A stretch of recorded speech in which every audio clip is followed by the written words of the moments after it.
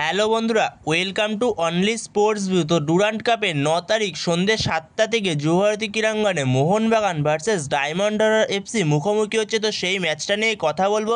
তো সেই ম্যাচে দুই দলের শক্তি দুর্বলতা নিয়ে কথা বলবো। এছাড়াও মোহনবাগানের লাইন আপস কেমন হতে পারে তো সেই বিষয়ে কথা বলবো, এবং দুটো টিম এখন বর্তমান সময়ে গ্রুপ বিতে কীরকম পজিশনে রয়েছে তো সেই বিষয়ে আলোচনা করব। আর চ্যানেলে নতুন হয়ে থাকলে চ্যানেলটি সাবস্ক্রাইব করে পাশে থাকা বেল আইকনটিকে অন করে পাশে থেকো। তো সেখানে সবার প্রথমে যদি মোহনবাগান যে গ্রুপ বিতে রয়েছে তো গ্রুপ বি নিয়ে যদি কথা বলা যায় তো গ্রুপ বিতে মোহনবাগান রয়েছে 2 নম্বরে, যেখানে মোহনবাগানের পয়েন্ট হলো 6। আর গ্রুপ বিতে 1 নম্বরে রয়েছে ডায়মন্ড হারবার এফসি। তো ডায়মন্ড হারবার এফসি তার পয়েন্টও 6। তো যেহেতু ডায়মন্ড হারবার এফসি গোল ডিফারেন্সে এগিয়ে রয়েছে তো ডায়মন্ড হারবার এফসির গোল ডিফারেন্স হলো +8 আর মোহনবাগানের গোল ডিফারেন্স হলো +6। তো সেই কারণে ডায়মন্ড হারবার এফসি 1 নম্বরে রয়েছে। তো সেখানে এই ম্যাচটা মোহনবাগানের কাছে মাস্ট উইন ম্যাচ, মোহনবাগানকে জিততেই হবে ম্যাচটা। তো মোহনবাগান এই ম্যাচটা জিতে গেলে মোহনবাগান অনায়াসেই কোয়ার্টার ফাইনালে চলে যাবে, নকআউটে চলে যাবে। তো সেখানে যদি এই ম্যাচটা ড্র হয় তো সেক্ষেত্রে তখন ডায়মন্ড হারবার এফসি চলে যাবে নকআউটে, মানে কোয়ার্টার ফাইনালে। তো সেখানে ডায়মন্ড হারবার এফসি ড্র করলেও তারা কোয়ার্টার ফাইনালে চলে যাবে, কিন্তু মোহনবাগানকে জিততেই হবে, মাস্ট উইন ম্যাচ। যেহেতু মোহনবাগান গোল ডিফারেন্সে পিছিয়ে রয়েছে তো সেই কারণে মোহনবাগানকে ম্যাচটা জিততে হবে। মোহনবাগানকে যদি কোয়ার্টার ফাইনালে যেতে হয় তো এই ম্যাচটা মোহনবাগান কোচ মলিনার কাছে একটা বড় চ্যালেঞ্জ। আর উল্টো দিকে ডায়মন্ড হারবার এফসির কোচ হিসেবে রয়েছে মোহনবাগানের আরেক নয়নের মণি কিউ ভিকুনা। তো কিউ ভিকুনা ডায়মন্ড হারবার এফসির কোচ। তো সেখানে একটা বড় চ্যালেঞ্জ হতে চলেছে দুটো কোচের মধ্যেই। এছাড়াও মোহনবাগান আর ডায়মন্ড হারবার এফসি এই প্রথমবারই মুখোমুখি হচ্ছে। তো তারা এর আগে কোনোদিনও একসাথে ম্যাচ খেলেনি। তো এই প্রথমবারই মুখোমুখি হচ্ছে মোহনবাগান ভার্সেস ডায়মন্ড হারবার এফসি। তো এরপরে যদি দুই দলের শক্তি দুর্বলতা নিয়ে কথা বলা যায় তো সেখানে ডায়মন্ড হারবার এফসিকে নিয়ে যদি প্রথমে কথা বলা যায় তো ডায়মন্ড হারবার এফসির টিমটা যথেষ্ট ভালো টিম করেছে এবারে তারা। যেহেতু তারা আই লিগ 2 থেকে সরাসরি আই লিগে প্রবেশ করেছে তো তারা আই লিগ চ্যাম্পিয়ন হতে চাইছে। তো সেই কারণে ডায়মন্ড হারবার এফসি তারা যথেষ্ট ভালো টিম গঠন করেছে, যেখানে ক্লেটনের মতো প্লেয়ার রয়েছে, এছাড়াও লুকা ম্যাচেন রয়েছে, এছাড়াও জবি জাস্টিন রয়েছে। তো যথেষ্ট ভালো টিম গঠন করছে। তো এর পরবর্তী সময়ে ব্রাইট এনো ব্যাকারে সেও চলে আসবে। তো ব্রাইট এনো ব্যাকারে যোগ দিলে এই টিমটা আরও মজবুত হয়ে যাবে।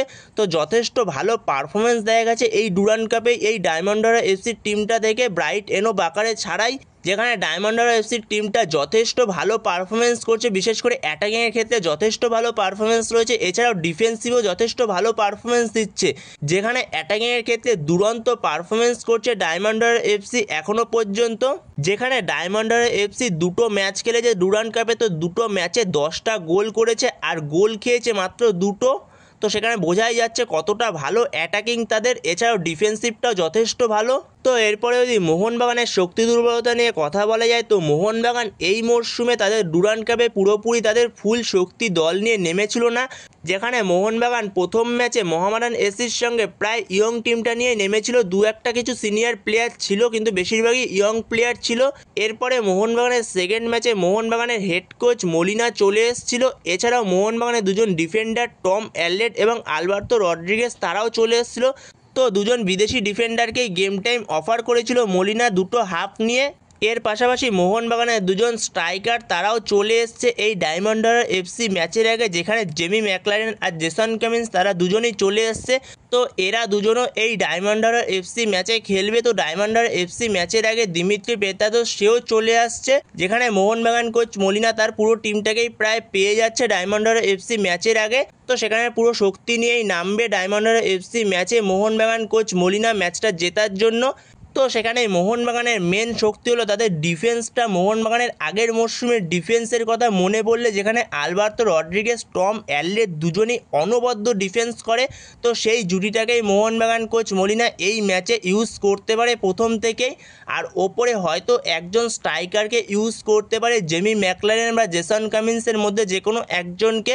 তো সেখানে যদি এরপরে মোহনবাগান কোচ মলিনা সে ডায়মন্ড হারবার এফসি ম্যাচে কীরকম লাইন আপস নিয়ে নামতে পারে তো সেই বিষয়ে যদি কথা বলা যায় তো সেখানে মলিনা 4-2-3-1 ফরমেশনে নামতে পারে, যেখানে গোলে স্টার্ট করবে অবভিয়াসলি ভিশাল কাইত, যেখানে চারজন ডিফেন্সের মধ্যে লেফট ব্যাকে স্টার্ট করবে অভিষেক ট্যাকচাম সিং, রাইট ব্যাকে স্টার্ট করবে আশিস রায়, আর দুজন মেন সেন্টার ব্যাক হতে পারে একজন টম অ্যাললেট আর একজন আলবার্তো রড্রিগেজ।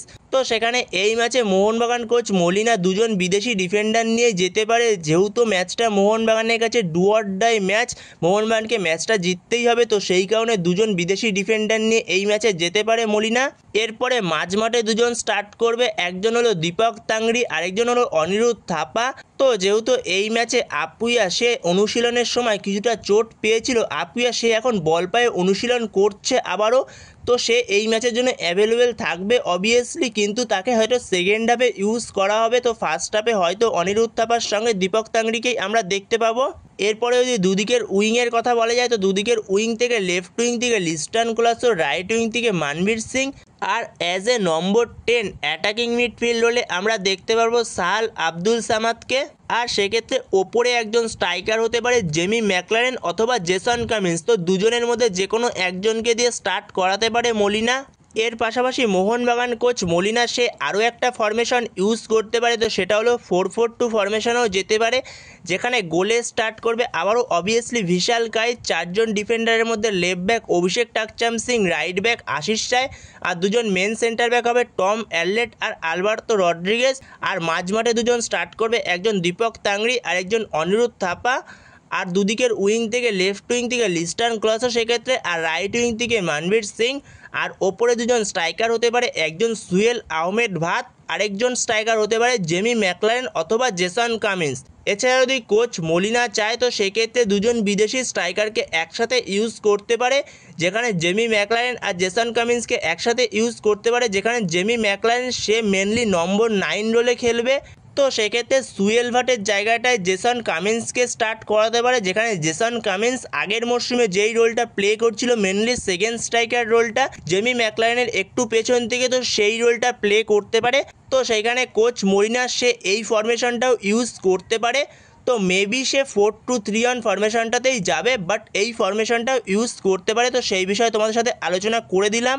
তো বন্ধুরা, তোমাদের কি মনে হয় মোহনবাগান কোচ মলিনা কোন ফরমেশনে যেতে পারে? তো তোমাদের এই বিষয়ে মতামত অবশ্যই কমেন্ট বক্সে জানিও।